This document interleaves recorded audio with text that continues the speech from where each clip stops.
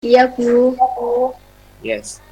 Oke, bismillahirrahmanirrahim. Assalamualaikum warahmatullahi wabarakatuh. Semangat pagi semuanya. Waalaikumsalam.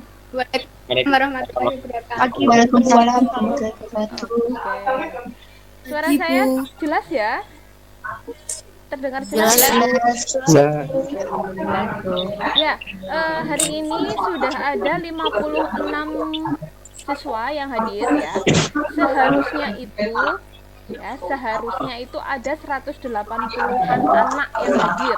Kalau itu semuanya hadir ya, mulai dari kelas 10 IPS 1 sampai 6.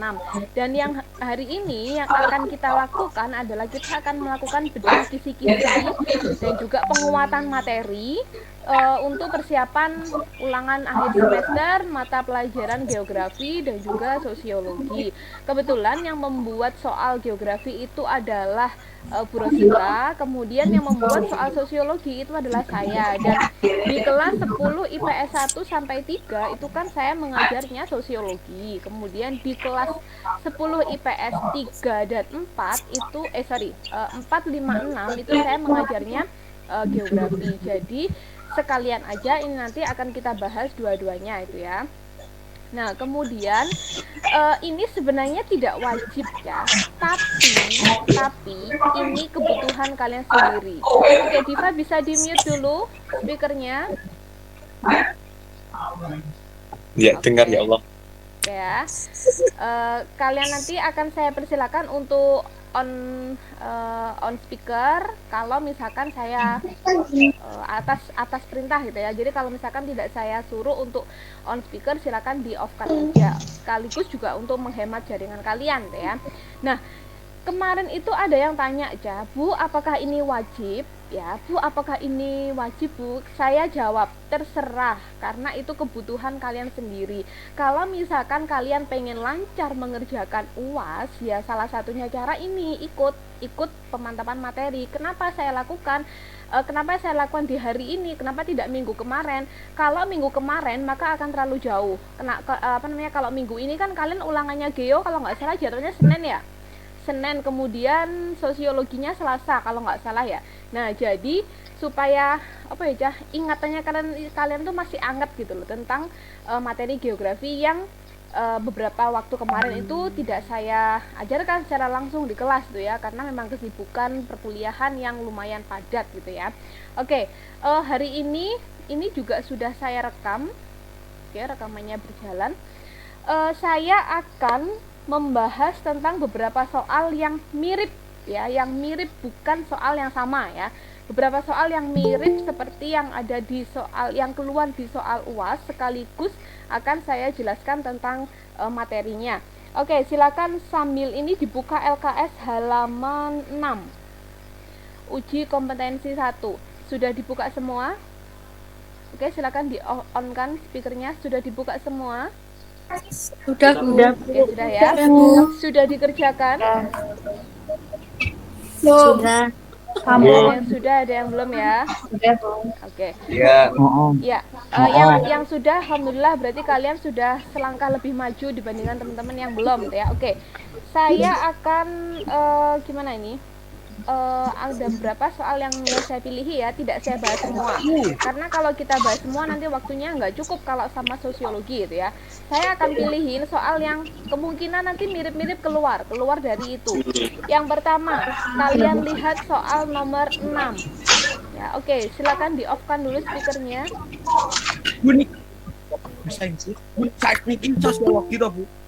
Geografi. Hari ini kita membahasnya geografi dulu. Setelah geo selesai, kita akan membahas sosiologi. Baru LKS. Oke. Yeay. Yes ya. Hari ini kita membahasnya geografi dulu, setelah itu sosiologi. Oke. Di halaman 6 itu silakan kalian lihat soal nomor 6. Ya, soal nomor 6, uji kompetensi 1.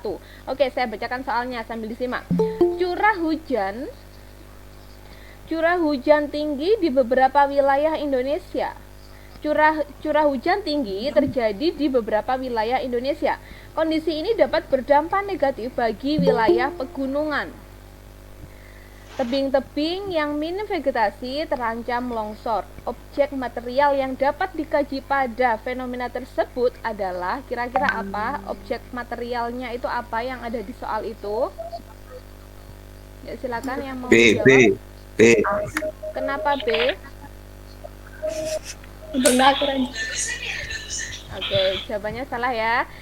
Kalian perhatikan ya, di situ objek yang dikaji itu adalah curah hujan yang tinggi, kemudian berdampak negatif bagi wilayah pegunungan. Kemudian tebing-tebing yang minim vegetasi itu terancam longsor. Apa? Halaman berapa? Halaman berapa 6. tadi? Halaman 6. Geografi. Ya, geografi LKS halaman 6.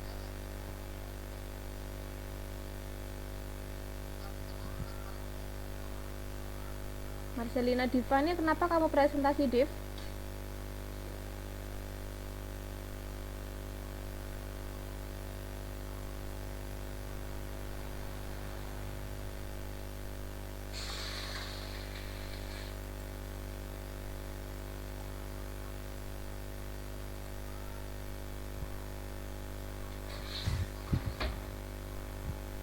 Marcelina Diva bisa berhenti share screen?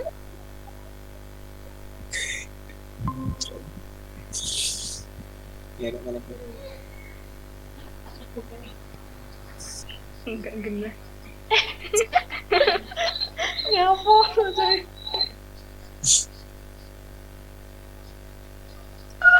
PKS-nya apa, Bos? Sudah ya? Oke ya, sudah ya, bisa saya mulai ya? Ya, Oke, yuk saya bahas secara cepat. Nomor 6, di situ kalian perhatikan ya, di situ ada curah hujan. Curah hujan ini masuk ke dalam objek material apa? Apakah curah hujan itu atmosfer? Curah hujan. Kalau awan itu baru itu masuk ke atmosfer. Yang di sini yang ditekankan adalah curah hujan. Berarti dia masuk dalam kajian hidrosfer ya. Kalian harus jeli untuk mengklasifikasikan apakah itu litosfer, apakah itu atmosfer, hidrosfer, biosfer, dan antroposfer. Jadi curah hujan itu adalah hidrosfer karena berkaitan dengan air ya.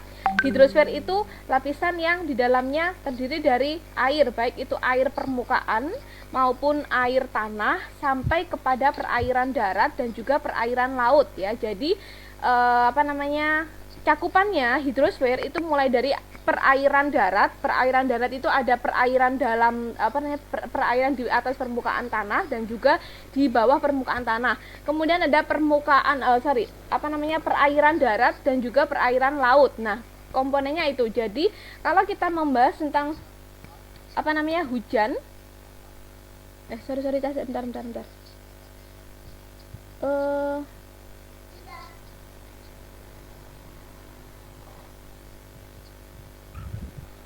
Oh iya, bener B Cah. Karena yang dibahas itu curah hujan bukan perairan. Kalau curah hujan kan berarti masih ada di awan.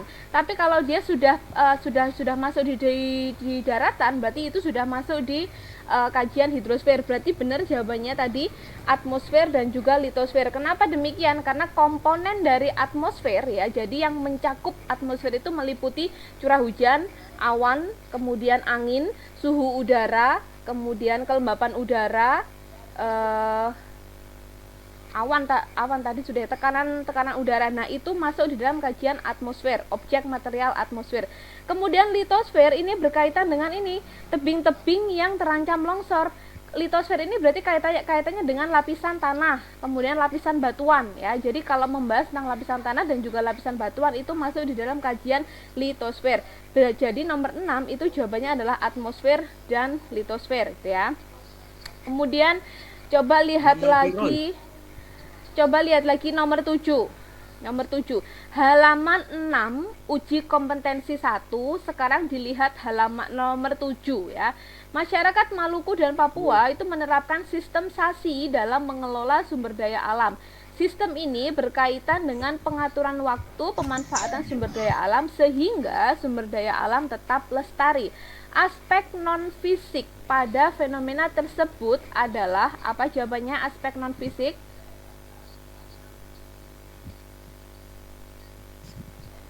Apa? Ada yang mau menjawab? Oke. Aspek non fisik banyak. Klimatologi. Klimatologi, betul ya? Wes, pintar. Kemudian B, jawabannya klimatologi. Jadi kalau hidrologi itu membahas tentang perairan ya. Tadi sudah saya sebutkan, meliputi perairan darat, perairan laut dan juga perairan darat, laut dan juga perairan darat itu macamnya ya, ada perairan sungai, perairan danau, perairan bawah tanah. Kemudian perairan laut itu masuk dalam kajian hidrologi. Kemudian biogeografi ini khusus kepada makhluk hidup, tumbuhan dan juga hewan ya. Kalau manusia itu nanti masuknya di antropologi ya, antropologi. Kemudian kalau oceanografi ini secara khusus membahas tentang apa? Laut ya, ocean, laut. Geomorfologi ini secara khusus membahas tentang bentang lahan. Bedanya dengan geologi ya, kalau geologi itu membahas tentang lapisan batuan dan juga semua yang ada di bawah lapisan bumi. Itu geologi. Tapi kalau geomorfologi itu yang dibahas adalah bentang lahannya. Kenapa dia berbentuk gunung?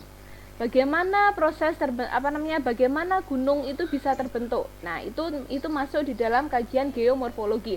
Jadi yang dibahas adalah yang bentang lahannya, itu geomorfologi. Kemudian nomor 9. Gunung Agung di Bali itu mengalami erupsi pada 2019. Saat itu, masyarakat yang bermukim dan beraktivitas di sekitar Gunung Agung diimbau meningkatkan kewaspadaan. Berdasarkan permasalahan tersebut, contoh kajian objek formal geografi adalah, ini jawabannya kalian yang mana? Objek formal yang mana? Oke, salah ya. Ini kalian juga harus jeli ya, membedakan mana objek material dan mana objek formal. Objek material ini berarti berkaitan dengan tadi, ada hidrosfer, ada litosfer. Hidrosfer tadi berkaitan dengan air ya, perairan, meliputi perairan darat dan juga perairan laut. Kemudian ada litosfer. Litosfer ini meliputi batuan, struktur batuan dan juga struktur dalam bumi, itu litosfer. Kemudian litosfer itu cabangnya di dalamnya juga tanah. Jadi kalau kita membahas tanah itu berarti masuk di dalam pedosfer. Pedosfer itu salah satu bagian dari litosfer. Kemudian ada lagi atmosfer ya, berkaitan dengan lapisan udara. Kemudian ada lagi litosfer, atmosfer, hidrosfer, antroposfer. Antroposfer ini lapisan manusia, lapisan tempat tinggalnya manusia. Kemudian ada lagi biosfer. Biosfer ini lapisan yang tempat tinggal makhluk hidup selain manusia. Jadi hewan dan tumbuhan itu masuk di dalam biosfer. Nah, kelima hal ini merupakan objek material. Sekarang kita lihat yang bagian A. Memantau arah angin di wilayah Bali. Angin itu termasuk kajian apa? Masuk di dalam lapisan apa? Atmosfer ya. Jadi yang A itu termasuk objek material. Kemudian mengkaji kondisi tanah dan sumber air, itu juga atmosfer. Kondisi tanah dan juga sumber air ini masuk ke dalam hidrosfer, pedosfer dan juga hidrosfer. Kemudian aktivitas gunung melalui seismometer ini masuk ke dalam litosfer. Kemudian mengevakuasi penduduk di radius bahaya ini masuk di dalam antroposfer. Bedanya objek material dengan objek formal itu gini. Kalau objek material itu adalah objek yang dibahas. Jadi dia berupa kata benda. Berupa benda yang dibahas, yang dikaji oleh oleh geografi. Sedangkan objek formal ini adalah cara. Bagaimana cara atau sudut pandang geografi dalam menganalisis, dalam menyelesaikan sebuah permasalahan. Di antara A sampai E ini yang merupakan sebuah kata kerja lah istilahnya. Objek formal itu kata kerja. Jadi sebuah cara bagaimana geografi itu menyelesaikan sebuah permasalahan, itu yang paling tepat adalah yang E. Memetakan daerah aliran sungai di wilayah Gunung Agung. Jadi cara geografi untuk mengidentifikasi sebuah permasalahan di dalam di alam itu adalah dengan cara memetakan ya. Jadi itu objek formal geografi. Bisa dipahami ya, bisa membedakan antara objek material dengan objek formal. Bisa ya? Oke. Kemudian Iya, Bu. jadi objek formal geografi ini istilah lainnya adalah pendekatan geografi. Kalian bisa lihat di LKS, pendekatan geografi itu ada apa namanya, ada keruangan, pendekatan keruangan, kemudian pendekatan ke lingkungan dan pendekatan kewilayahan. Wes. Kemudian nomor 10, aspek non fisik geografi yang tepat untuk mengkaji fenomena seperti gambar adalah, di situ ada gambar apa aja nomor 10? Aspek apa di situ? Aspek apa di situ? Aspek Aspek ekonomi. Facebook sosial. Ekonomi apa sosial? Sosial. Sosial. Karena Sosial. lebih yang ditampilkan adalah interaksinya ya, bukan aktivitas ekonominya. Aspek aspek geografi itu ada dua ya, ada aspek fisik dan aspek non fisik. Jadi sudah kita bahas. Oke, sekarang kita lanjut di halaman Nomor 1, 2, 3, 4, 5, 6, terus ya. 9. Soal-soal yang saya bahas tadi itu silakan kalian lingkari. Ya, kalian lingkari. Oke, yang barusan datang saya ulang lagi. Yang dari UK1 yang saya lingkari nomor 6, 7, 8, 9, 10. Ini soal-soal yang mirip keluar. Bukan soal ini yang keluar tapi mirip ya, mirip keluar. 6 jawabannya B. Nomor 7 jawabannya do. Nomor 8 jawabannya B. 9 E, 10 A. Wes. UK2 sampai 4. Sampai 5. nomor 1 sampai 4 itu silahkan kalian belajar sendiri. Karena kalau kita bahas semua nanti apa namanya, keterbatasan waktu ya. Ini saya pilih soal yang mirip sekali lagi ya, yang mirip keluar.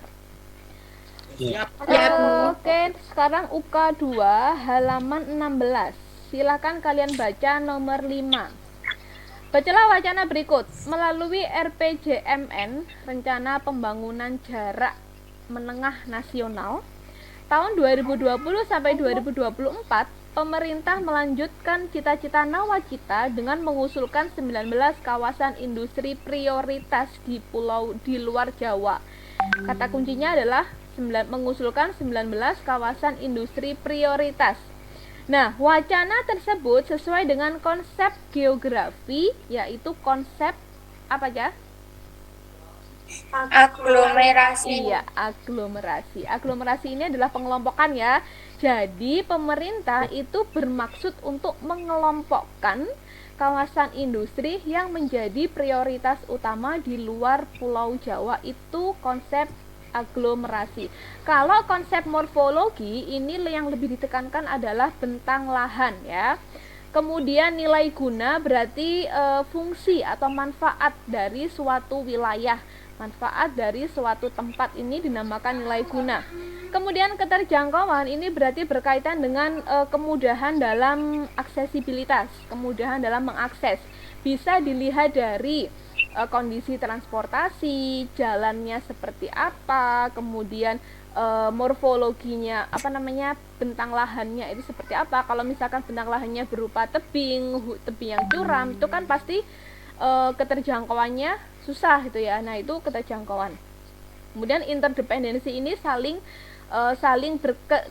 ketergantungan antara satu daerah dengan daerah yang lain. Jadi kalau mau mengidentifikasi sebuah konsep itu silahkan kalian lihat dulu yang ditekankan dalam soal itu apa ya, seperti yang ada di nomor 5 tadi. Yang ditekankan dalam soal itu adalah mengusulkan 19 kawasan industri. Nah, berarti kalau kawasan industri dikumpulkan jadi satu, berarti konsep geografi yang muncul adalah aglomerasi. Oke, nomor 6. Nomor 6, banjir merupakan fenomena musiman yang terjadi di beberapa wilayah Indonesia. Fenomena ini sering terjadi ketika musim hujan, akibatnya banyak rumah warga yang terendam air banjir. Kondisi ini dapat dikaji menggunakan konsep apa? Apa? Kira-kira apa? Konsep apa? Yang ditekankan adalah terjadi banjir di beberapa wilayah Indonesia. Berarti tidak semua wilayah Indonesia itu terjadi banjir. Yang terjadi banjir hanya beberapa wilayah. Berarti konsep yang muncul adalah apa? Kemudian kalau ke ruangan, jadi yang A akibat penggunaan lahan miring untuk kegiatan pertanian. Di situ kan ada aktivitas manusia. Nah, berarti pendekatan yang di nomor A, di pilihan A itu adalah pendekatan ke lingkungan. Kemudian yang B, kondisi lingkungan makin tercemar akibat asap pabrik. Asap pabrik itu juga aktivitasnya manusia. Berarti yang B juga ke lingkungan. Kemudian pohon besar di hutan ditebang untuk keperluan bahan bangunan. Ini juga aktivitas manusia. Pembangunan pabrik dilakukan di area pinggiran kota. Ini juga aktivitas manusia. Jadi yang A, B, C, D ini pendekatannya adalah pendekatan ke lingkungan. Sedangkan yang E ini pendekatan ke ruangan. Kenapa? Karena di situ dia menyebutkan karakteristik wilayahnya. Gempa sering terjadi di jalur pertemuan lempeng tektonik. Jadi dia menyebutkan tentang karakteristik ruangnya itu adalah jalur pertemuan lempeng tektonik. Bisa dibedakan ya antara pendekatan ke lingkungan dengan ke ruangan. Ya, Bu. Oke, ada satu lagi pendekatan yaitu kewilayahan atau kompleks wilayah. Ini merupakan gabungan dari dua. Gabungan dari pendekatan ke lingkungan dan kewilayahan. Jadi ada aktivitas manusia ya yang mempengaruhi alam, dan juga di situ dimunculkan karakteristik dari ruang tersebut. Oke, yang UK2 hanya nomor 5, 6 dan 9. 5C, 6A, 9E. Kemudian UK3. UK3 halaman 24 ya. Silakan dilihat nomor 5. Keterampilan geografi dalam kajian fenomena litosfer dapat diterapkan pada bidang pertanian. Contoh penerapan tersebut adalah saya bisa minta tolong kalian on kamera biar saya tahu kalau kalian menyimak. Saya tidak ditinggal tidur. Saya tidak ditinggal HP-an yang lain-lain. Saya pastikan kalian on menyimak saya. Tapi speakernya bisa di-off-kan dulu. Ya, biar saya tahu kalian lagi sedang apain ini. Bisa on kamera? Rong adus lho Bu aku. Ora apa-apa wong yo ora mambu sampe kok gini kok. Loyo. Oke. Lah ngene kan kita berasa ngobrol tenan to ya. Saya bisa ketemu Diva, bisa ketemu sapa nih? Kok Diva ta sing on kamera? Oh, berarti liyane 200 iki. Oke, lanjut. 200 kowe. Ora apa-apa, wis nang. Ya, oke ya. Kan kono. Oke, pastikan soalnya gini ya, kalau saya tidak tahu kondisinya kalian, saya takutnya nanti kalian tinggal tidur. Aku kadung ngoceh dhewe, mau tinggal turu prayo, sakit hatiku tuh ya. Lho Bu, disambi. Nah, ngono kuwi lho makane to. Saya pastikan kalian benar-benar fokus gitu loh maksudnya. Silakan di-on-kan kameranya. Lho Bu, fokus sih lho Bu.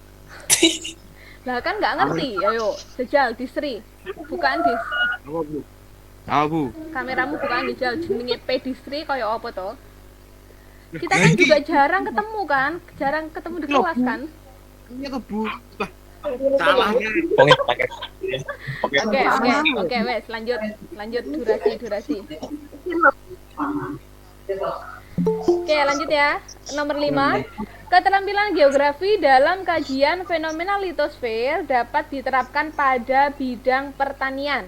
Contoh penerapan tersebut adalah ki penak iki apa jawabane? Halaman piro to Bu saiki? 24 ya Allah lho kan. Ngono kuwi lho makane to.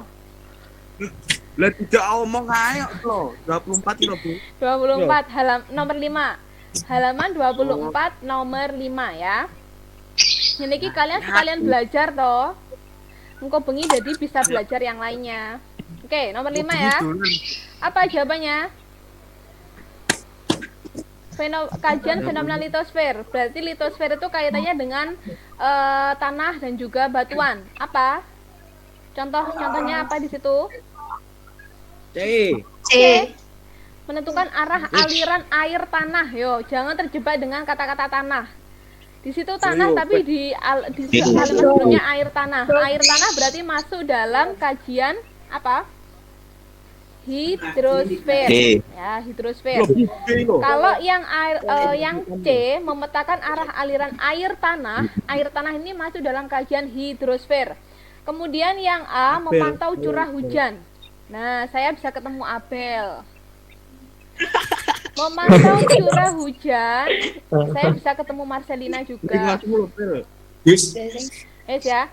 Memantau curah hujan ini berarti yang tadi kita bahas, curah hujan berarti kaitannya dengan ini apa? Curah hujan ini berarti bidang apa? Kajian apa? Curah hujan. Atmosfer. Kemudian jarak sungai berarti hidrosfer. Aliran air tanah hidrosfer. Menentukan ketersediaan unsur hara. Unsur hara itu ada di mana? Unsur hara ada di tanah. Berarti yang ini kajiannya litosfer. Kemudian memperkirakan durasi penyinaran matahari. Sinar matahari ini juga masuk di dalam kajian atmosfer ya. Berarti jawabannya do. Nomor 6. Tsunami merupakan gelombang air laut yang bergerak menuju daratan hingga kecepatan 900 km per jam. Gelombang ini makin tinggi ketika mendekati daerah pantai. Tsunami berkaitan dengan hidrosfer dan litosfer. Di sini sudah jelas, sudah dikatakan tsunami itu berkaitan dengan hidrosfer dan litosfer. Fenomena tsunami ini dapat dikaji menggunakan ilmu penunjang geografi, yaitu apa aja? Ilmu penunjangnya adalah ABCDE FG C ya, C. Geologi dan oseanografi. Kenapa geologi? Karena tsunami ini terjadi karena adanya aktivitas lempeng tektonik ya. Aktivitas lempeng tektonik itu masuk di dalam kajian ilmu geologi ya. Itu bedanya tadi geologi dengan geomorfologi. Kalau geologi yang dibahas adalah bagian dalamnya bumi ya, batuan, mulai dari struktur batuan, kemudian lempeng yang ada di bawahnya, aktivitas kegempaan itu masuk di dalam geologi. Kalau geomorfologi itu di atasnya ya, di atas permukaan. Jadi meliputi bentang lahannya tadi itu. Kenapa wilayah ini berupa pegunungan, kenapa ini berupa dataran tinggi, kenapa dia berupa danau. Nah, itu masuk di dalam kajian geomorfologi. Nah, karena di sini tsunami berarti yang dikaji adalah geologi. Kenapa demikian? Karena tsunami itu terjadi karena adanya pergerakan lempeng. Kemudian karena tsunami itu terjadinya di laut, berarti yang dibahas menggunakan ilmu oseanografi. Bisa dipahami ya? Bisa, Bu. Oke, siap. Nomor 7. Jenis mata pencaharian penduduk dapat dikaji melalui fenomena biosfer. Contoh kajian tersebut adalah yang mana? Biosfer. Tadi saya katakan biosfer itu berkaitan dengan hewan dan tumbuhan. Berarti apa? B. Memetakan persebaran padang rumput ya. Biosfer. Kalau yang manusia tadi yang apa? Manusia tadi? Antroposfer. Bisa membedakan ya antara antroposfer dengan biosfer. Wes, nomor di UK3 itu yang mirip yang keluar adalah soal nomor 5, 6, 7. 5 do, 6C, 7B. Oke, lanjut di halaman. Sekarang kita masuk di bab 2 ya, pengetahuan dasar geografi. Ini sebenarnya kalau misalkan kita ketemu bakalan seru karena nanti akan ada beberapa keterampilan geografi yang bisa kalian dapatkan dengan menggunakan Google Earth ya. Tapi karena sekali lagi keterbatasan waktu dan juga pas barengan dengan saya kuliah, jadi kita tidak bisa intens untuk explore materi ini. Wes, di halaman 40 ya, di halaman 40 itu yang soal nomor 5. Perhatikan peta kontur berikut. Hitung-hitungan ya. Ini coba saya aktifkan pena. Bisa nggak ya? Halaman 10, Bu. Ya. Oke ya. Di situ kan ada ketinggian ya 450 dan 375. Bisa nyimak ya. Itu Ya. adalah peta kontur. Peta kontur adalah peta yang menunjukkan ketinggian sebuah wilayah, sebuah tempat ya. Jadi kalau ada gambar yang seperti itu artinya ketinggian tempat itu 450 km di atas permukaan laut. Kemudian ada lagi 375 ya. Nah, kemudian di situ kalian disuruh mencari skala peta topografi berikut. Ini menggunakan rumus kontur interval atau CI. Silakan kalian tulis rumusnya. CI sama dengan ya 1/2000 ya, CI sama dengan 1/2000 kali penyebut skala ya. Iki apa penake tak tulis gini, coba saya tak mencoba menulis di kertas lalu saya share screen, saya fotokan lalu saya share screen biar kalian nggak gerambiang gitu ya. Wah, bocotnya Bu gerambiang. Kita kan ini kan Bocor nenek. loh, karena kalian belum pernah ketemu saya di kelas ya, makanya gumun. Ya yo Bu, makakno. Layakno Bu. Tibae jenengan ngono kuwi ta ngono ya. Nggih. Tibae jenengan banyol to Bu.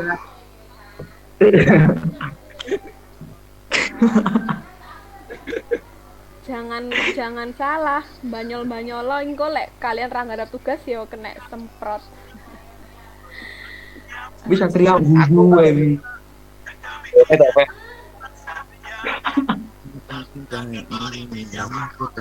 Itu. Air mata ini. Oke, sebentar. Melewati waktu melawan kebenaran dan kini mulai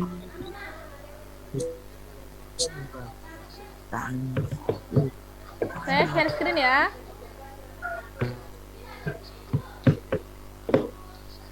ya Oke, bos. Nggih. Kita perajaan sudah. mati sini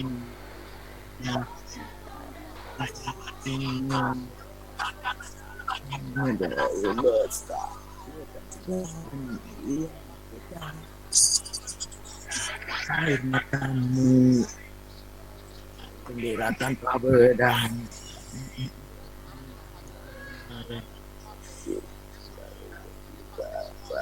Male Male ya, male. Gambare. Ndak. Sudah muncul ya? Lu sing video Bu? Hah? Belum. Tapi Enggak ada. nggak bisa loh, Bu. Iya, Bu. Sudah muncul belum? Nggak bisa, Bu. Hah? Itu kan masuknya ke loh. Udah ya? Ini saya malah nggak bisa. Muncul? Udah. Muncul ya? Enggak. Tapi enggak ada, Bu. Muncul latarnya. Ngomong apa tuh? Gimana muncul? Enggak. Enggak. Enggak. Udah, Bu. Kok keluar? Muncul apa enggak? Enggak Bu, ya Allah.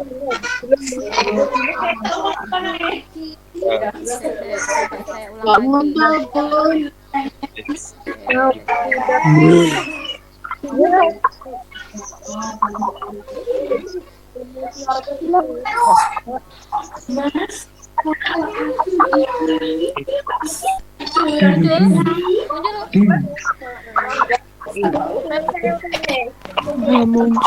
Mikrofonnya tak.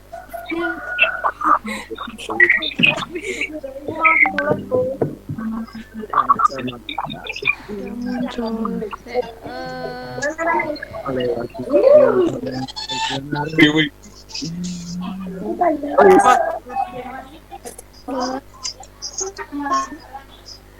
Gimana? Muncul? Pipimu padha ro tak iki. Bisa.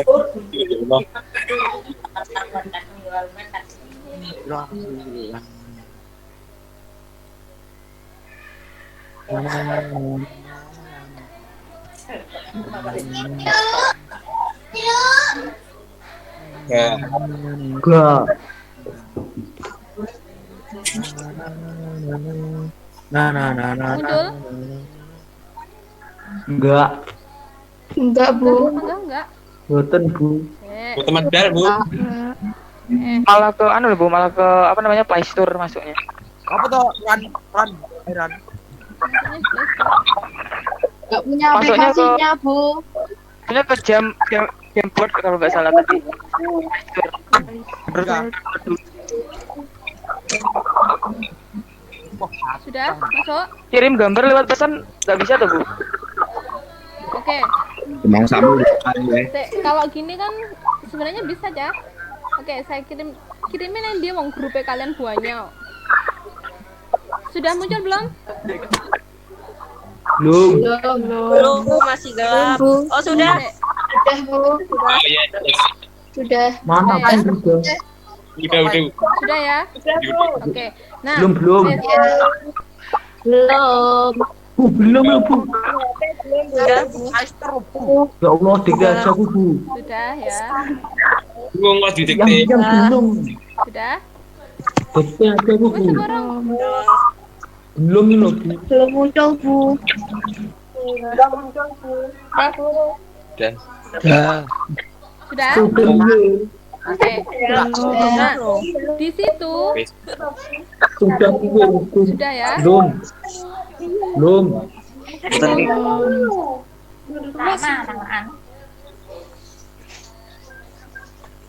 kesalahan Bu. Weh. Kok malah Pebi? Iki ora kena kok. wes ruwet. Ayo. Angel. Angel po. Aku ra malu wis. Tak meneng aku.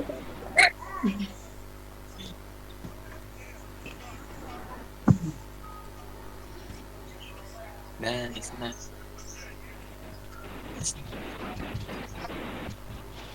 Nah, sudah Sudah? muncul. Muncul ada Belum, ada sudah. tulisannya CI sama Belum. dengan Ya 1/2000. Udah, Bu. Susah, ya? Bu. Belum. Jane ngomong apa toh? Tidak paham aku. Ngomong nama satu, Bro. Enggak genap, Bu. Hah? Tulisannya enggak jelas. Oh, tapi apa namanya? Tulisannya kalau tulisannya memang yus ngono ya, tulisannya pancen yo elek ngono kuwi. Saya jelaskan ya. Jelas, Bu. CI. Bu. Oke, jelas ya. CI itu adalah kontur interval. Kontur interval sama dengan 1/2000 kali penyebut skala. Di situ kenapa CI-nya di soal tadi kan sudah kelihatan ya untuk apa namanya ketinggian tempatnya. Ketinggian tempat yang pertama 450, ketinggian tempat yang kedua 375 ya. Nah, berarti kontur intervalnya itu adalah selisih antara 450 sampai 375. Berarti dikurangi ya. 450 dikurangi 375 sama dengan 1/2000 kali penyebut skala. Yang kita cari adalah penyebut skalanya ini ya. Yang kita cari itu penyebut skalanya ini. Nah, 450 dikurangi 375 yaitu 75 dibagi 1/2000 ini matematika ya. Jadi ini pindah ruas karena dia berupa angka, maka dia harus pindah ruas ke sini. Kemudian dari kali menjadi bagi ya. 75 dibagi 1/2000 sama dengan penyebut skala. Berarti karena kalau pembagian seperti ini kan nggak bisa dikerjakan, berarti harus diubah menjadi kali. Syaratnya dibalik ya, 1/2000 menjadi 2000/1. Maka 75 kali 2000/1 ya. Itu adalah penyebut skala. Maka penyebut skalanya berapa? 275 kali 2000 berarti 150. Berarti skalanya adalah 1:100. Kan kita. Wes ya? Sudah ditulis? Meneng aku. Ya, Wes ya, tak stop sharing ya. kuning. Lo Bu, tak tulis lo Bu. Oke, saya stop sharing. Oke, lanjut. Itu tadi ya, jadi nomor 5 jawabannya adalah A, 1:150.000. Kemudian yang nomor 7, daerah kutub cocok dipetakan menggunakan proyeksi azimutal normal. Garis lintang pada jenis proyeksi tersebut ditampilkan dalam bentuk apa? Apa? C. Gini. Putri sok tahu Putri. Saya pernah menjelaskan ini kayaknya di kelas 10 IPS 5 ya tentang proyeksi. Yang namanya proyeksi ini adalah usaha untuk mengubah gambar yang ada dalam globe, dalam permukaan sebuah bulat, globe kan bundar tuh ya. Itu ke dalam bentuk datar. Ibaratnya kayak gini. Saya punya benda saya ada benda berat ya. Ibaratnya ini adalah globe ya. Ini adalah wujud bumi kita ya. Yang namanya proyeksi itu adalah kertas yang saya bawa ini. Ini adalah proyeksi. Jadi bagaimana saya menggambarkan bidang yang ada di dalam bidang lingkaran ini akan saya ubah gambarnya dalam bentuk datar. Nah, caranya ada proyeksi itu ada 3, ada azimutal, kemudian ada kerucut, dan juga ada silinder. Apa bedanya? Kalau azimutal ini bidang proyeksinya datar. Ini bidang proyeksinya itu datar. Jadi azimutal normal ini ditaruh di atas. Kalau dia ingin memetakan daerah kutub, berarti yang kena hanya atas. Ya, jadi bisa dibayangkan ya. Maka gambar yang ada di kutub ini akan tergambar di kertas yang ada di berupa bidang datar. Ini namanya proyeksi azimutal ya. Nah, kemudian garis lintang itu kan berarti garis yang berputar-putar di sini kan, lintang. Iki bayangno iki globe. Bayangno iki adalah bumi. Karena saya di rumah tidak ada globe, jadi kita sementara pakai ini. Besok kalau misalkan kita ketemu di kelas, atau kalau misalkan semester depan itu kita masih daring, saya akan coba beli globe yang kecil supaya gambarannya kalian itu jelas ya. Ini bidang proyeksi. Azimutal normal ini berarti bidang proyeksinya berupa bidang datar ya, bidang datar seperti ini. Ditaruh di atas. Kalau dia ingin memproyeksikan bagian kutub, ujung sini itu kan kutub. Maka bidang proyeksi ini dia akan ditempelkan di sini. Kalau dia ingin memproyeksi daerah khatulistiwa, maka akan ditempelkan di sini. Ini berarti azimutal yang tegak lurus. Kalau miring dinamakan azimutal transversal. Nah, itu ya, itu bidang azimutal. Kemudian kalau kerucut bagaimana? Kerucut itu seperti capil loh, topi capil sini segitiga loh. Topi segitiga itu ditaruh di sini. Pilih ya lek mengilustrasikan. Nah, ini segitiganya ini, bayangkan ini topi capil, kerucut. Jadi bidang proyeksinya ini berupa kerucut. Jadi kerucut ditaruh di sini. Apa ya, aku nggak duit. Ini aja wes.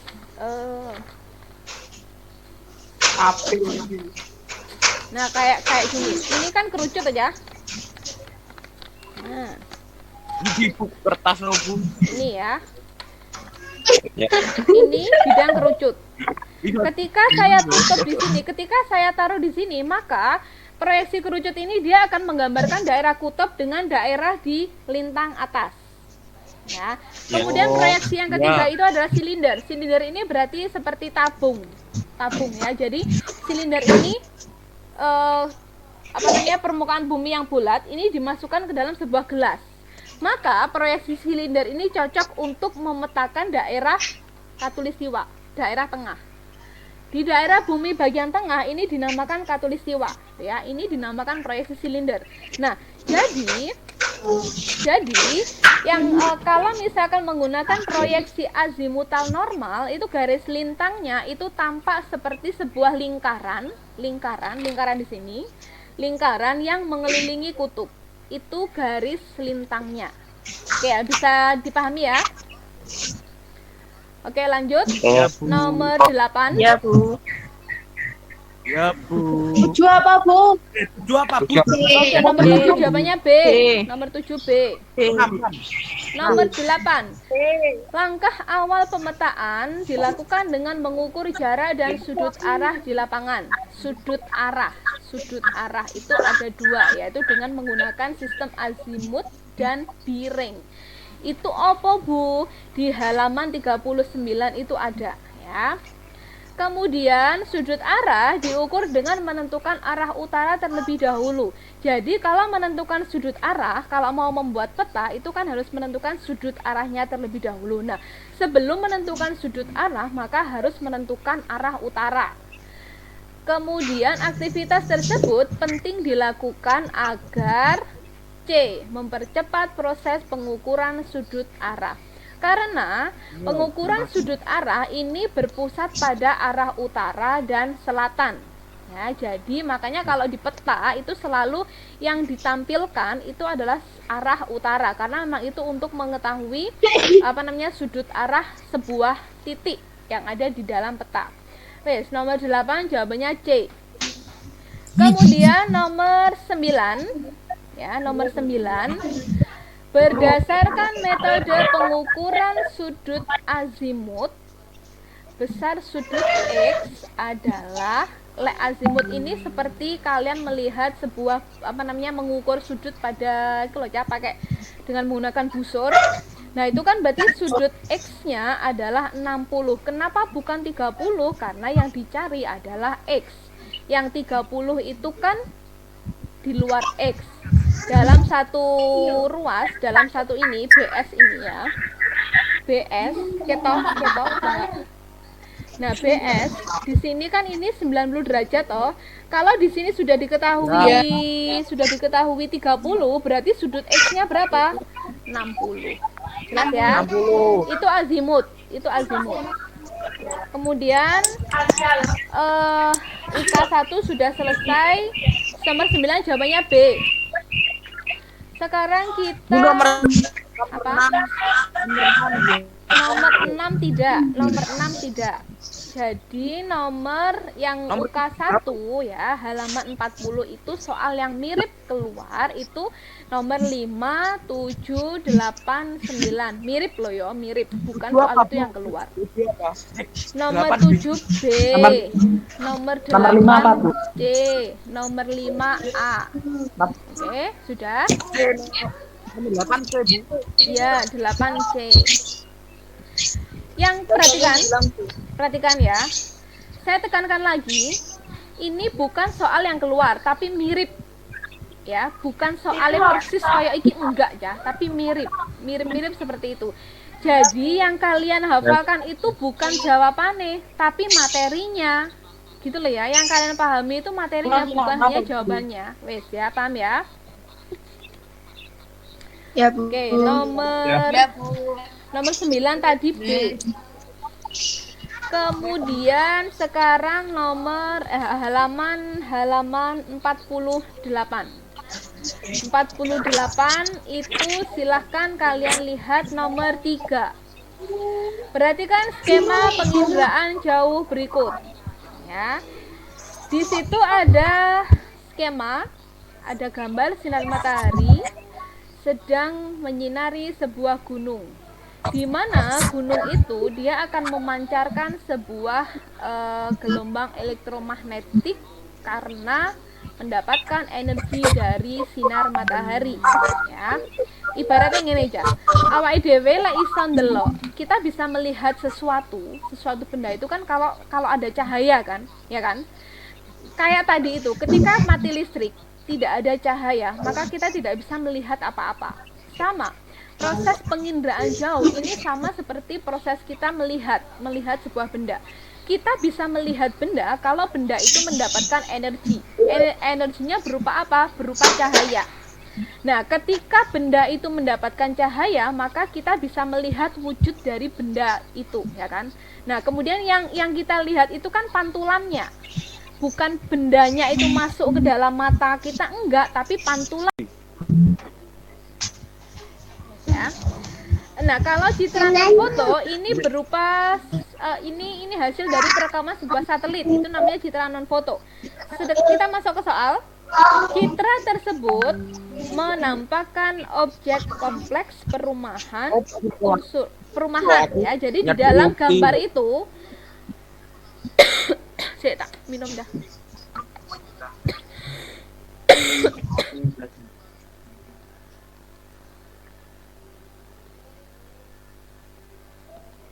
Aja. Kesel ya ngomong terus, ngoceh terus ya kesel. Nomor 6 ya, citra tersebut, aduh, jaringannya.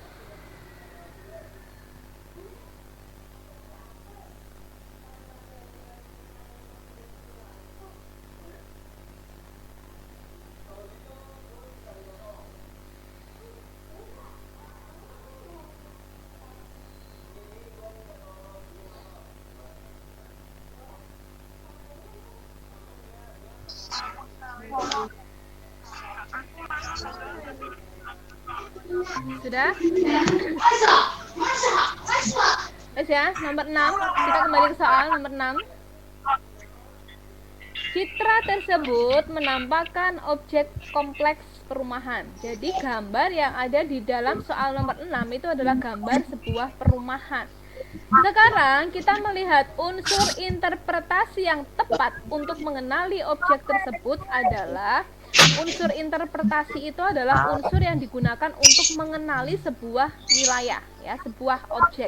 Sekarang kita kayak gini, misalkan, kalau kita melihat objek itu, ini gambar apa toh? Kan bingung kan, ya kan, bingung kan. Nah, jadi apa namanya kita menggunakan unsur interpretasi itu.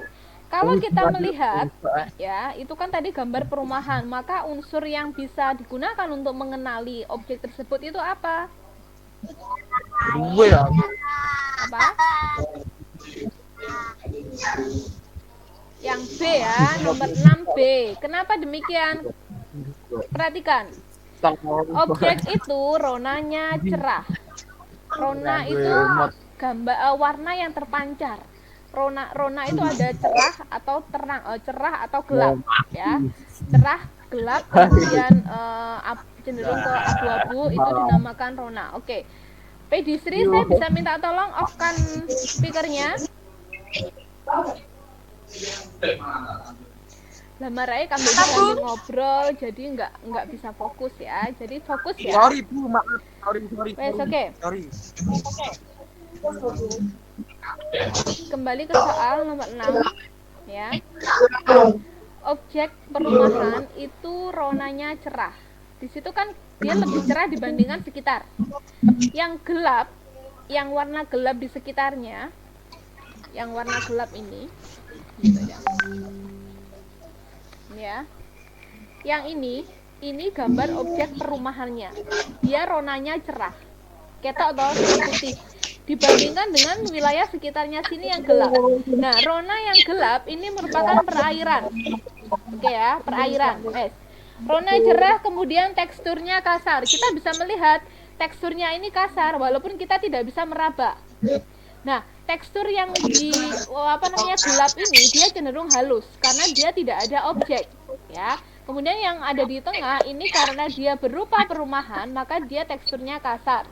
Kemudian bentuknya seragam. Karena ini perumahan, maka masing-masing bentuknya bisa kalian perhatikan secara lebih detail dari bukunya kalian. Itu dia lebih seragam. Kemudian dan polanya teratur. Pola ini merupakan gambar. Ya ini. Dia kan polanya teratur ya. Rene kabeh. Kemudian dia kesini semua. Cenderung sejajar. Itu dinamakan pola. Wes. Jadi unsur interpretasi itu seperti itu ya. Kalian harus pintar-pintar mengidentifikasi untuk bisa mengenali sebuah objek itu kalian harus pintar-pintar mengidentifikasi dengan menggunakan unsur interpretasi. Nah, untuk lebih jelasnya, unsur interpretasi itu ada di halaman 46. Ya, dia masuk ke ciri spasial. Ada bentuk, ada ukuran, ada rona, ada pola, ada tekstur, ada asosiasi, situs, dan bayangan.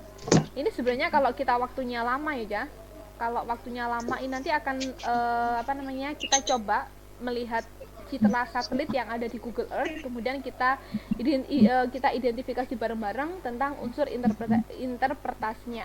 Tapi karena ini waktunya nggak cukup ya, maka insya Allah ya akan saya bahas di semester 2, insya Allah ya, semoga tidak lupa. Wes.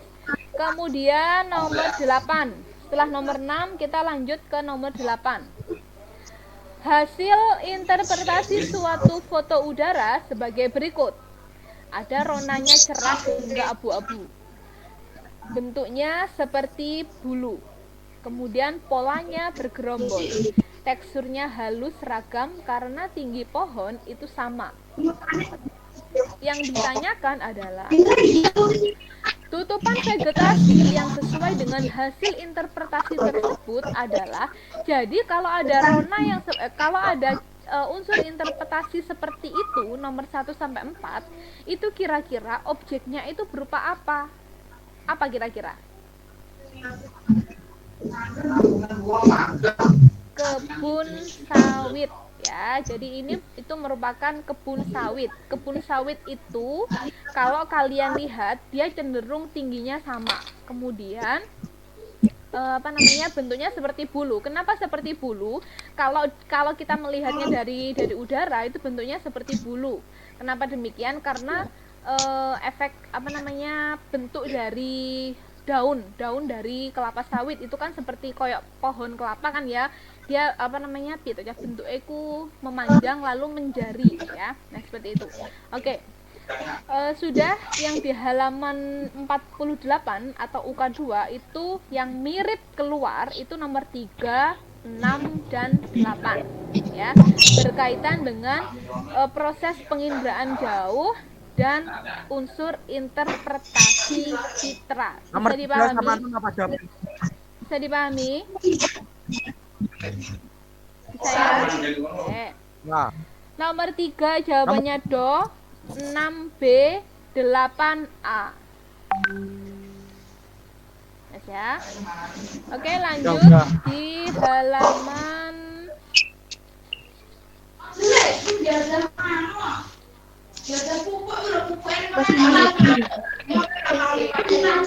halaman 63. Silakan dibuka halaman 63.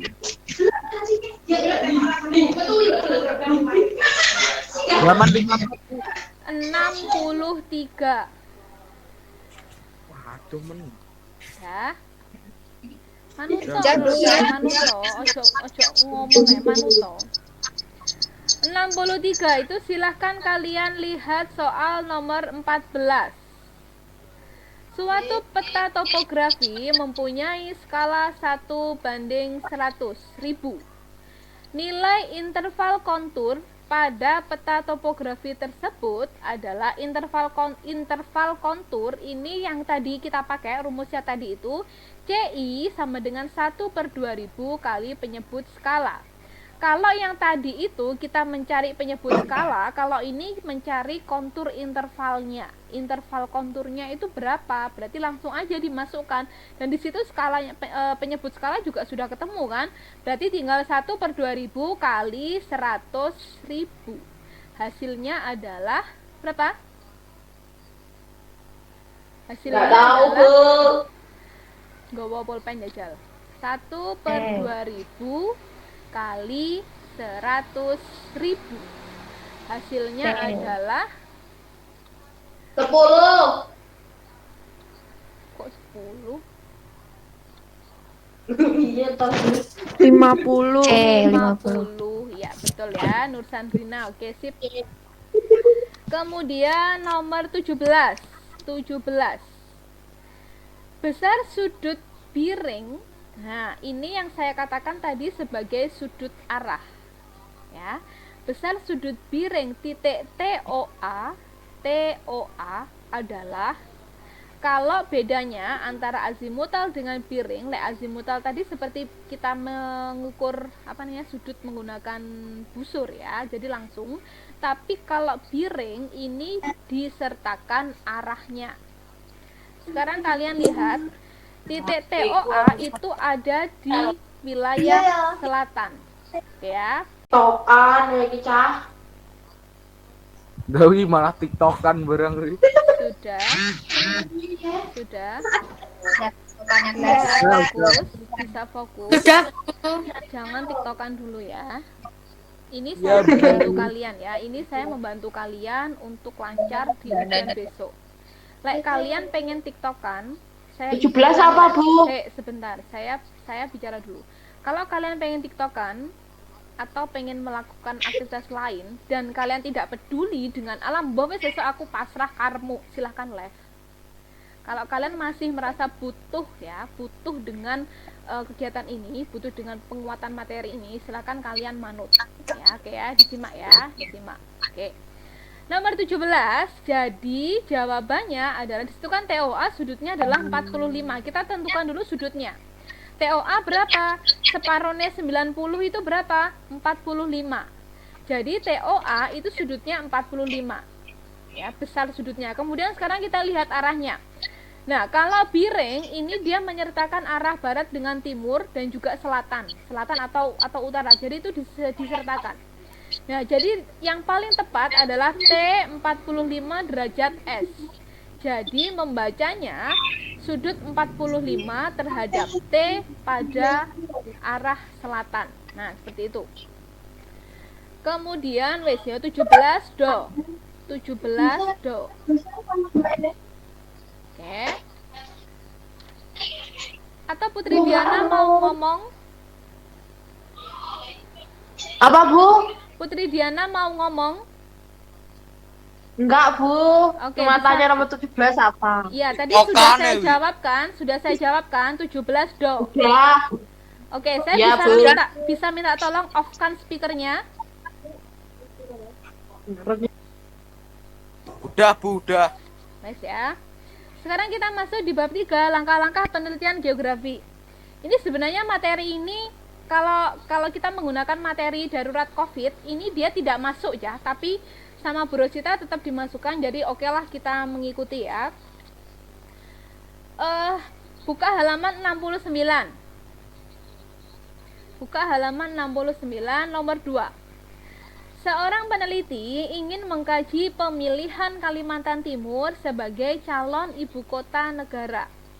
Peneliti tersebut akan membuat penelitian eksplanatif. Eksplanatif ini berarti menjelaskan secara dalam. Rumusan masalah dari penelitian tersebut adalah, rumusannya apa? Yang paling tepat adalah yang mana? B. Iya, betul, B. Mengapa Kalimantan Timur dipilih sebagai lokasi ibu kota negara baru? Cenderung mudah ya soal-soalnya.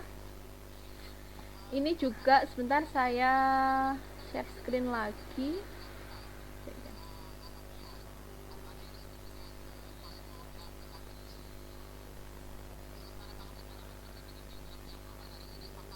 Bu, nomor berapa? Bentar. Saya ada contoh soal.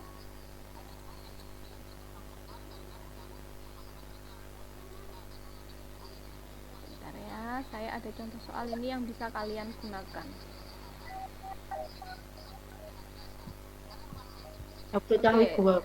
Saya share screen ya.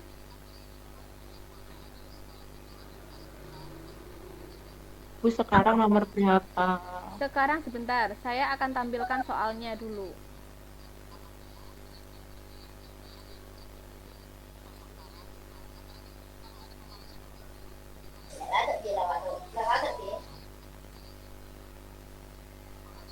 Oh, ini yang salah. Bentar.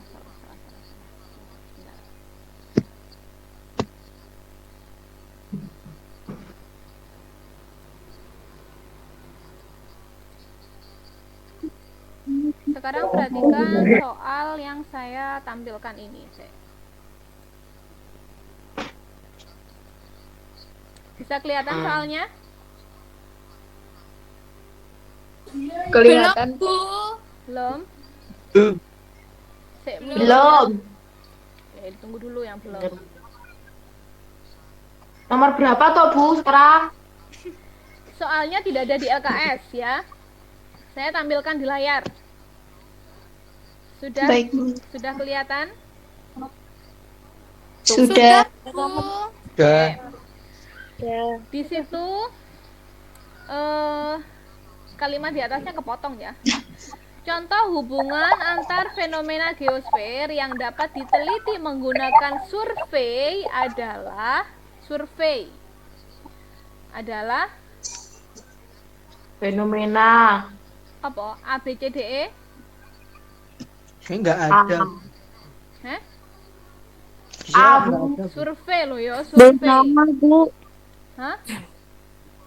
Belum muncul. Belum muncul. Muncul. Tapi di beberapa yang lain sudah muncul ya. Emon Joy barang Ya Bu. Oke. Kalau yang A, fenomena pencemaran air akibat kegiatan industri, ini kita tidak, kalau survei ini berarti gini loh ya. Survei ini berarti penelitinya datang langsung ke lapangan. Ini dinamakan survei. Kemudian kemiskinan masyarakat di desa terpencil. Kalau yang A, fenomena pencemaran air akibat kegiatan industri, ini kalau kita mau survei, ini kesulitan. Karena apa? Biasanya kalau untuk fenomena geosfer, fenomena fisik ya, fenomena berkaitan dengan alam, ini proses pengambilan datanya ini biasanya menggunakan penginderaan jauh. Nah, kalau menggunakan survei ini berarti penelitian yang digunakan ini adalah penelitian sosial, penelitian berkaitan dengan masyarakat. Berarti jawabannya apa yang lebih tepat? Yang B ya. Kemiskinan masyarakat Di desa terpencil. Kok metunya dia enggak helm? Wong aku nek Kediri atau helm? ngomongnya apa tuh wi?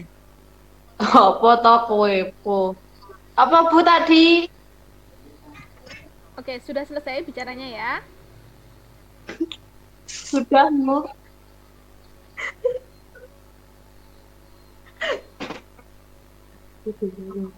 Bentar.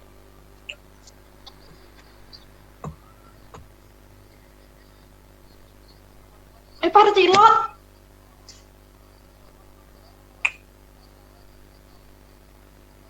Bentar ya.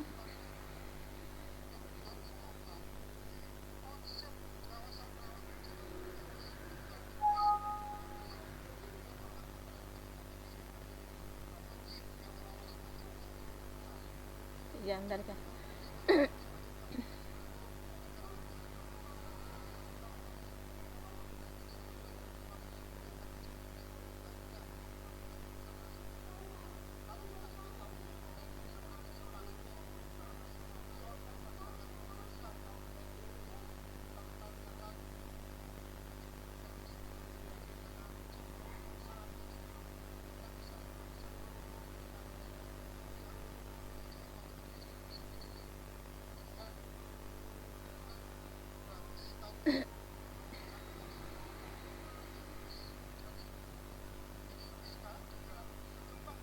Oke, halo masih tersambung?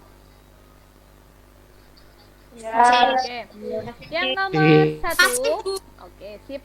Nomor 1 tadi benar ya, jawabannya A, fenomena pencemaran air akibat kegiatan industri. Ini kalau melihat. Lah iya toh Bu, A toh Ya, Bu. oke, sip. Itu salah. Yang nomor yang di bawahnya, seorang peneliti dapat menentukan jenis penelitian sebelum menyusun laporan penelitian. Berdasarkan metode penelitian, jenis penelitian dibedakan menjadi 2, yaitu di mana-mana kalau berdasarkan metode penelitian itu selalu hanya ada 2, yaitu kualitatif dan kuantitatif. Jadi jawabannya adalah C. Kemudian seorang peserta didik meneliti pengaruh sampah di desa A dan desa B. Peneliti menerapkan metode penelitian eksperimen dalam penelitian. Dalam kegiatan tersebut, peneliti melakukan pengarahan tentang bahaya sampah di desa A. Sementara itu, peneliti tidak melakukan pengarahan tentang bahaya sampah di desa B. Jadi yang diberi perlakuan itu hanya di desa A. Desa B tidak diberi penelitian, tidak diberi perlakuan.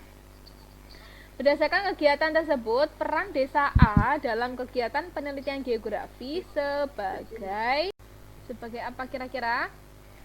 Sebagai kelompok kelas eksperimen, ya.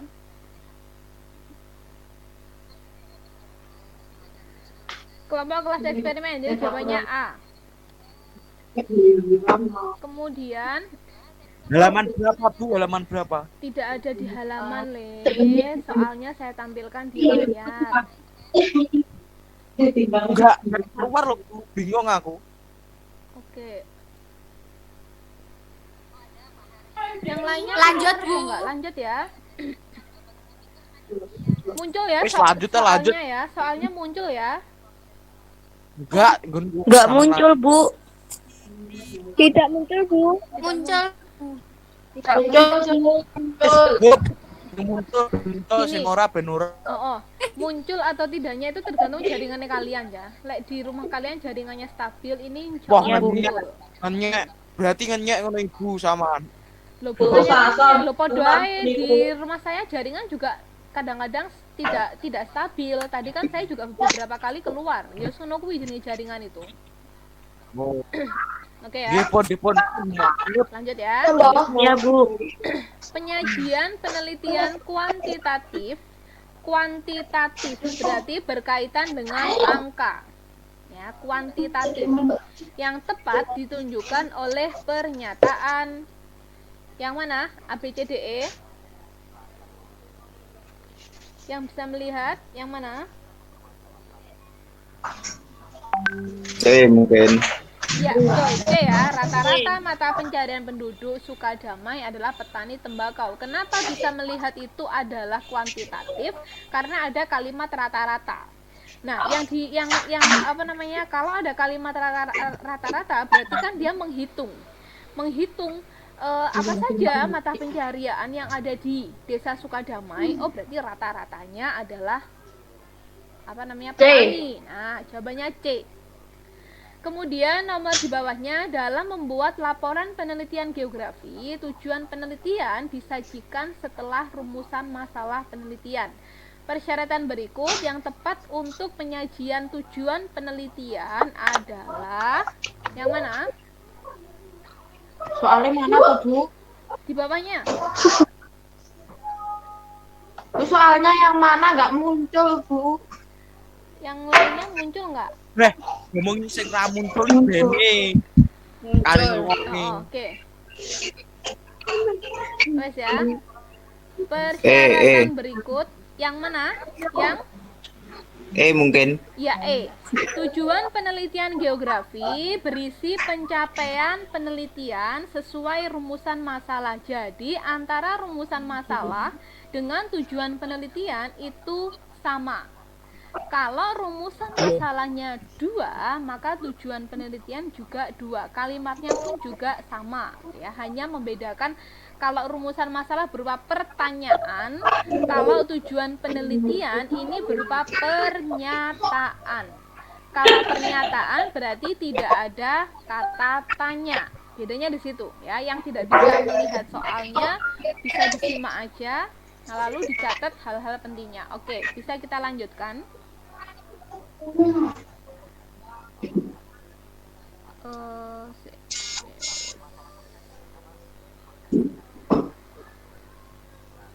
Ya, oke,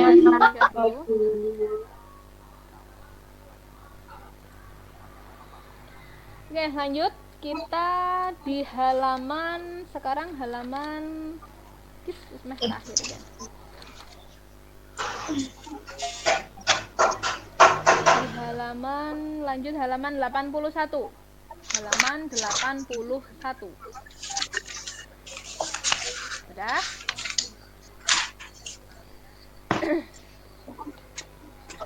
Satu, Bu. Ya, 81 nomor 5. Ya. Halaman 81 nomor 5. Betul. Perhatikan gambar berikut. Di situ ada gambar ya. Gambar apa itu? Mm. Kira-kira judul penelitian yang sesuai untuk fenomena pada gambar itu apa? Asap. Iya, betul. Jangan lupa polusi industri terhadap kualitas udara. Betul ya? Jawabannya A. Pinter no lo.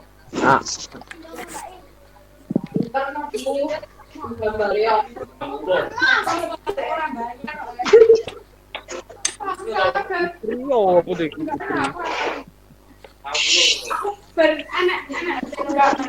Lanjut di halaman 103. Lanjut halaman 103 ya. 103 nomor 1.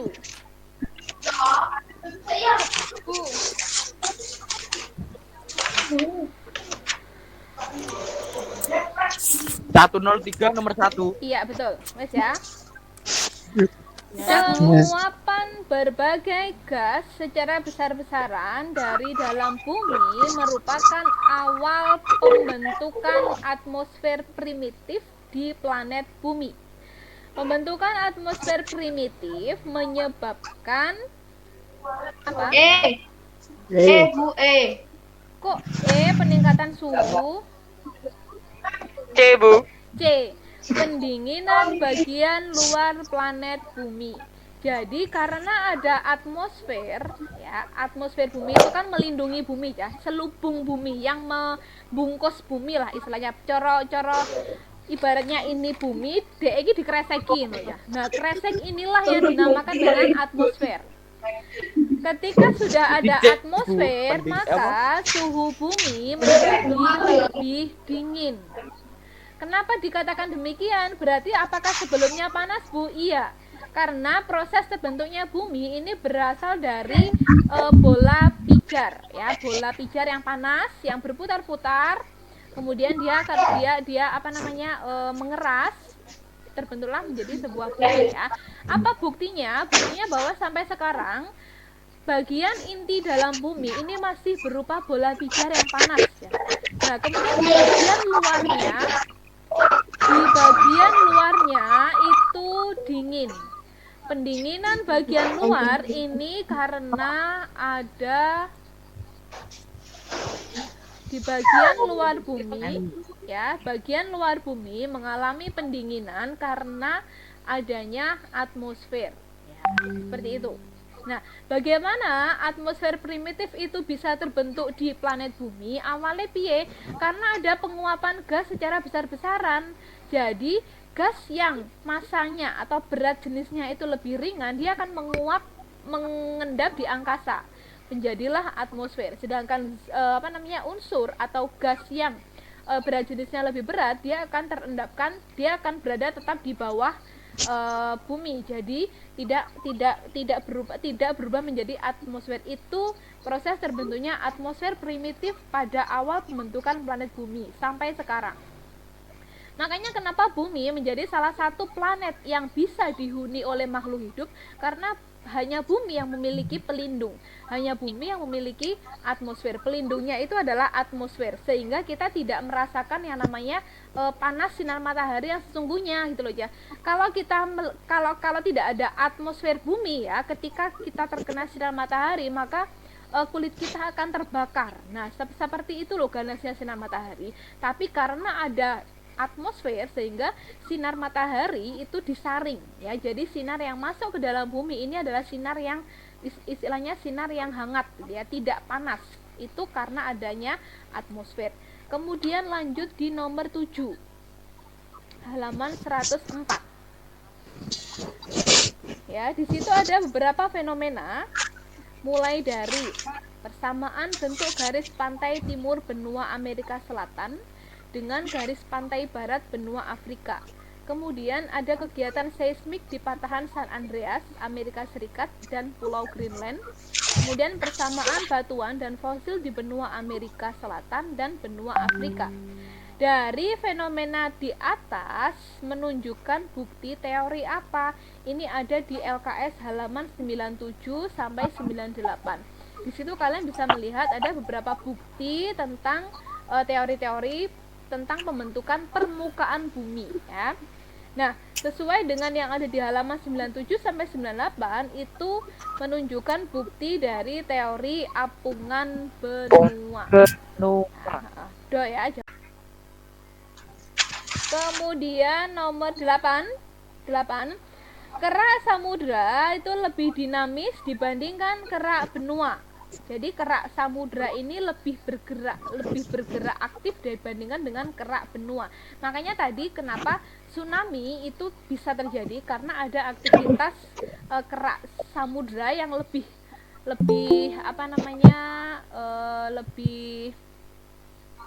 banyak ya, lebih aktif dibandingkan dengan kerak benua. Nah, kerak samudra selalu mengalami pembaruan oleh aktivitas apa? Apa jawabannya?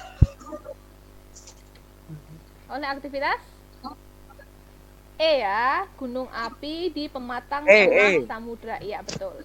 E. Nomor 11 sekarang.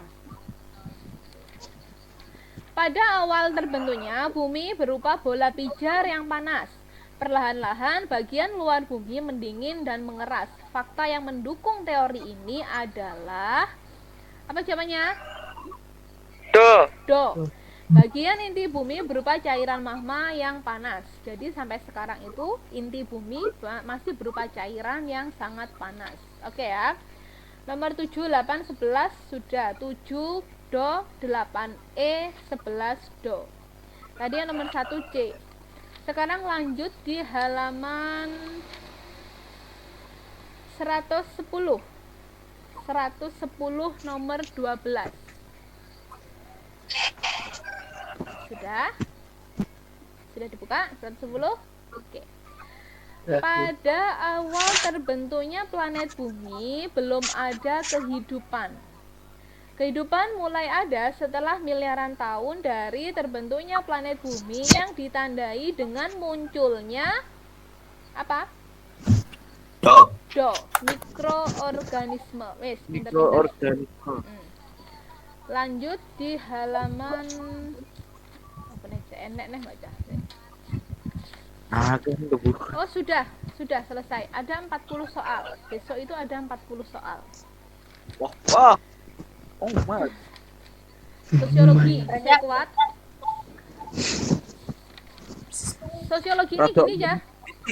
Untuk mempersingkat waktu, saya diktekan aja jawabannya ya. Jadi semuanya silakan soalnya itu sama ya, bukan sama aja, mirip yang ada di LKS. Saya diktekan aja jawabannya langsung, tidak usah saya bahas ya, kelamaan nanti. Mulai dari UK1. Halaman biar aja. Sosiologi, Bu. Ya, sosiologi. Saya tidak bawa LKS sosiologi yang ini, yang ini sebentar. Ini yang kelas 11, kan sudah masuk. Ini tunggu sebentar ya, tunggu 15 menit lagi. Ini saya selesaikan dulu yang kelas 10, kelas 11. Ini kayak yang tadi yang barusan masuk Lydia Grace. Ini tetap stay di sini ya, sambil nunggu teman-temannya. Oke ya. Lydia Grace bisa sambil nunggu teman-temannya, bisa dikerjakan LKS dulu, LKS geografi. Semuanya wis. Kenal aku. Kontoku. Tapi Ibu Ya. Nabi. Yuk lanjut. Terus UK ya. 1, ayo. Sekarang silakan konsentrasi. Saya diktekan cepat. UK 1, 1B. Wes. UK 1 bab 1 ya. Wes ya. Iya. Oke. 1B. 1B, 2B, 3 do, 4B, 5E, 6A, 7C, 8 do, 9A, 10B, 11A, 12E, 13 do, 14C, 15C. Sudah? Udah, Bu, udah. Oke. Sekarang UK2. UK2. 1B, 2B, Apa, Bu? 1B, B, Satu apa? B, Ya. 2B, Ya, Bu.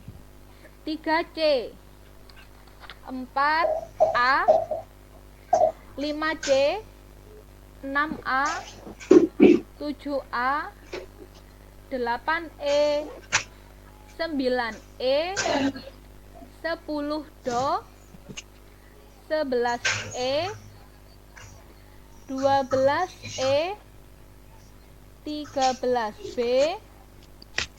14A, 15E. Sudah ya? Sekarang UK3. Kalau kecepatan bilang aja.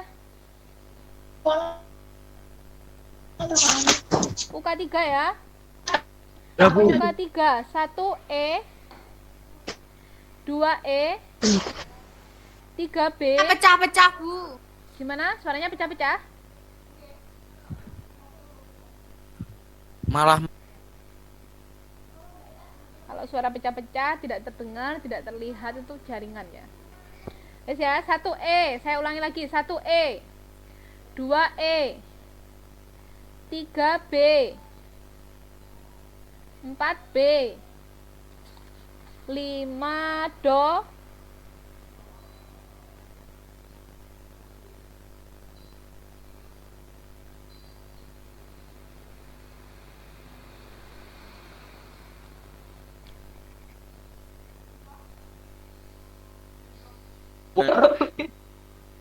'C'. Ini jaringan saya terputus. malah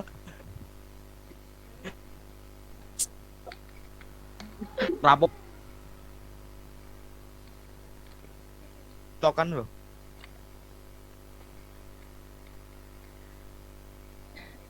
Oke. Sudah tersambung? Halo, suara saya bisa didengar?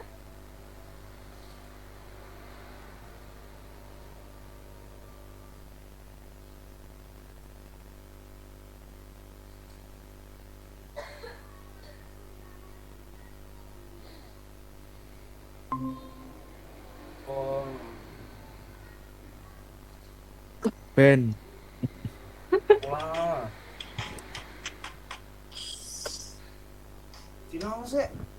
Penyih cok. Ngawot iki. Alhamdulillah. Grup-grup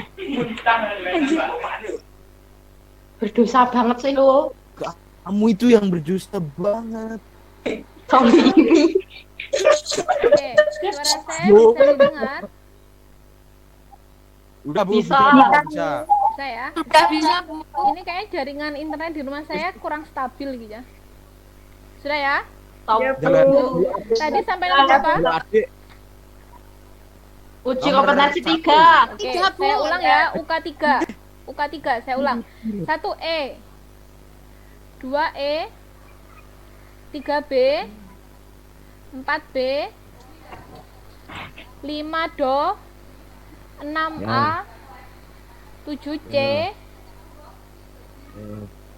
7C, 8, 8A, 9 do, 10A, 11A, 12B, 13B, 14B, 15E. Ya. Sekarang Ya, yang Bu. PH. Yang PH. PH ya. PH ya, Bu. Penilaian kalian. Harian. Satu do. Oh, gitu. 1 do ya. Wes. Ya, Bu. Oke, 1 do. Ya. 2A. 3C. Ya. 4A. 5E. Ya. 6C. Ya. 7B. 8 do. 9C, 10 do, 11A, 12 Ya. do, Ya. 13B, 14A, 15A, 16B, 17E, 18C, 19B, 20B. PTS juga. PTS 1 Bu. Iyalah. Oke, yuk. Yolah, pokoknya disinauni lo ya. Bisa. Yoilah. 1A, Siapa? 1A, Yuyu toh. 2A, Dosa weh. 3E, Ngomong. 4 do, 5A, 6 do, 7E, 8A, 9A, 10C, 11 do, 12 do, 13E, 14C, 15B, 16E, 17A, 18B, B. 19C, T. 20A, 21B, 22C, 23C, 24 do, 25B, 26A, 27B, 28A, 29E, 30C. T. Sekarang masuk bab 2. Abu. Lanjut ya. Ya Bu. Lanjut Bab gas. 2 Wow. gaspol toh. Gaspol Bab 01. 2 Bab K1, 2 Bu. UK1. Oke. 1A, A.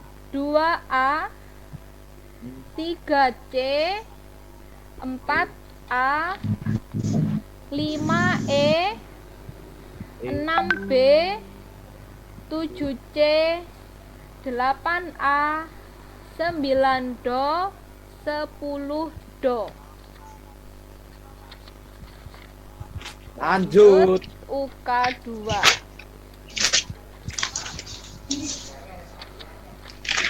Yuk UK2. 1A, Akhirnya 2 do, Mutekir. 3C. Satu apa Bu? A. 1A, Aduh. 2 do, T. 3C, 4 do, 5A, 6C, 7C, 8 do, 9A, 10C. T. Lanjut. Lanjut. Yuyu toh. 1 Kita taktik. do, 2 do, 3A, 4B, Apa sih, Lon? hmm? Telon? 3A, 4B.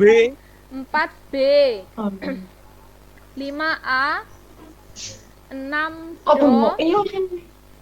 7A, Begitu. 8A, 8A.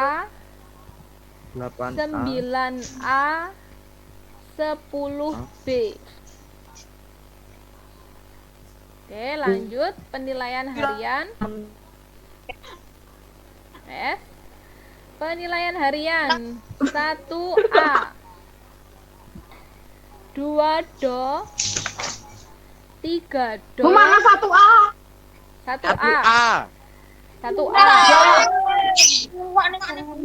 Wes, 1A, 2 do, 3 do, 4E, 5 do, 6C, 7A, 8C, 9B, 10B, 11A, 12C, 13A, 14C, 15E, 16 do, 17 do, 18 E, 19 A, 20 B.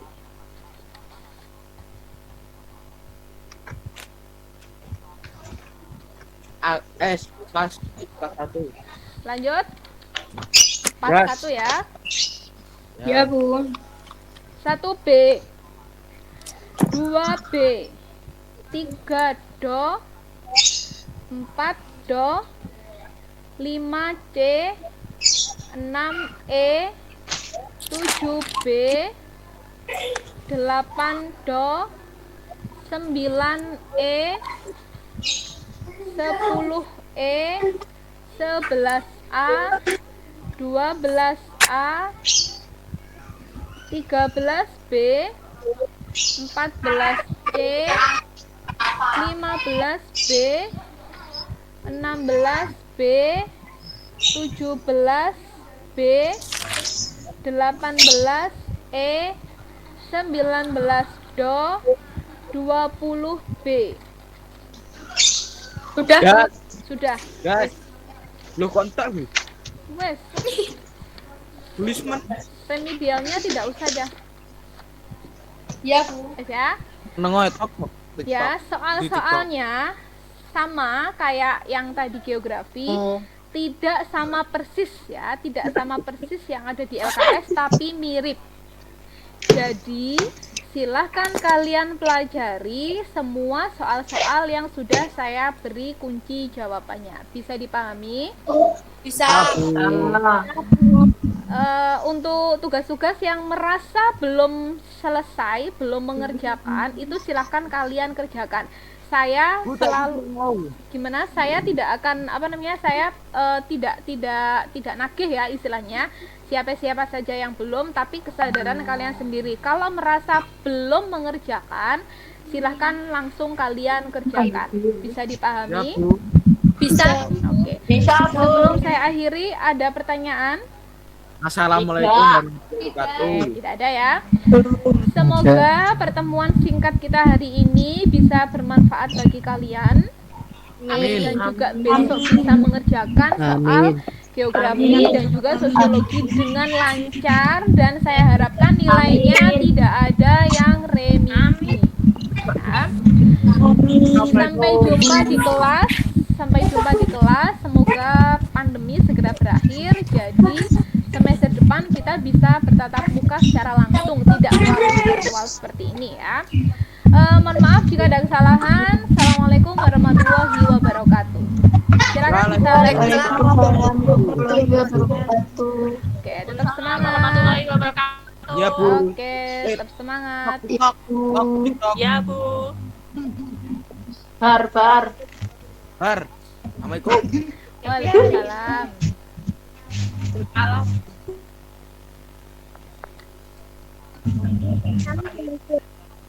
Turun, Dok.